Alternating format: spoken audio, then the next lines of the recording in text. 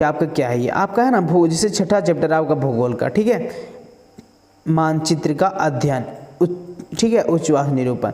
जैसे पक्की सड़क की लंबाई की दृष्टि से राज्य का प्रथम स्थान, तो ये आपका पहले भी है महाराष्ट्र है। उसके बाद उच्चवास प्रदर्शन के लिए हैस्यूर विधि किस विद्वान ने किया था, विकास है ना, किस विद्वान ने किया था, तो ये लेहमान है ना। उसके बाद आपका तीसरा प्रश्न है, पर्वतीय छायांकन विधि द्वारा उच्चवास प्रदर्शन में भू आकृति पर किस दिशा में प्रकाश पड़ने की कल्पना की जाती है, ये आपका दक्षिण पूर्व में हो जाएगा, ठीक है। छोटी महीन एवं खंडित रेखाओं को ढाल दिशा में खींचकर उच्चवास प्रदर्शन करने की विधि को क्या कहा जाता है, तो ये आपका हैस्यूर विधि कहा जाता है। क्या कहा जाता है, ये आपका हैस्यूर विधि कहा जाता है, ठीक है। जैसे आपका 5वां नंबर प्रश्न है, क्या कह रहा है, तल चिन्ह, ठीक है, तल चिन्ह की सहायता से किसी स्थान की विशेष, ठीक है, शेष मापी गई ऊंचाई को क्या कहा जाता है, तो ये आपका हो जाएगा स्थानिक ऊंचाई। छठा नंबर आपका प्रश्न है, स्तर रंजन विधि के अंतर्गत मानचित्र में नीले रंग से किरा, ठीक है, भाग को प्रदर्शित किया था। नीले रंग से किस भाग को, तो जल को दिखाया जाता है। नीले रंग से उपस्थिति के कारण किसको, जल को ही तो दिखाया जाता है ना।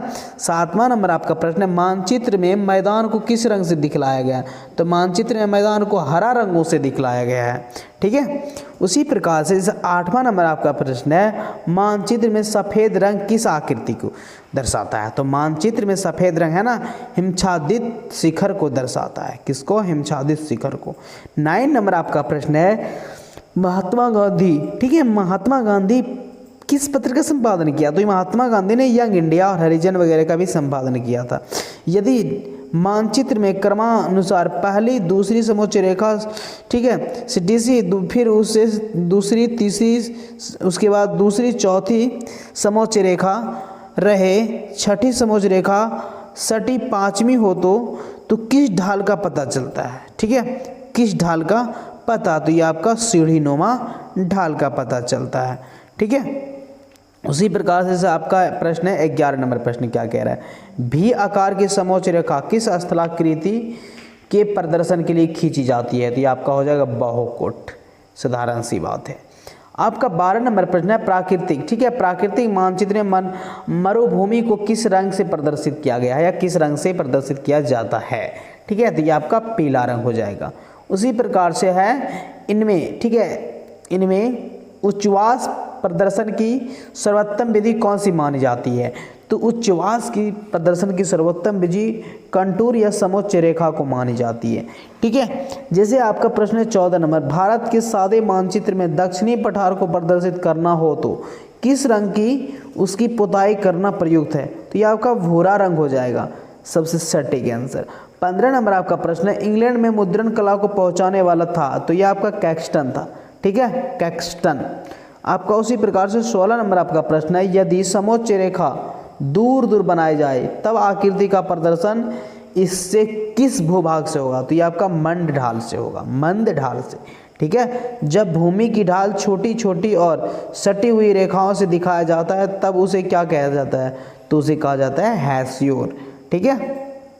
उसी प्रकार से ऐसे आपका 18 नंबर प्रश्न है, यदि समोच्च रेखा द्वारा किसी नदी को प्रदर्शित करने में दो या दो से अधिक रेखाएं एक ही बिंदु पर मिलती है या मिलती हुई दिखाई गई, ठीक है, तो उस स्थान पर किस प्रकार की भू आकृति का प्रदर्शन माना जाएगा, तो उस स्थान पर आपका जलप्रपात का प्रदर्शन माना जाएगा, ठीक है।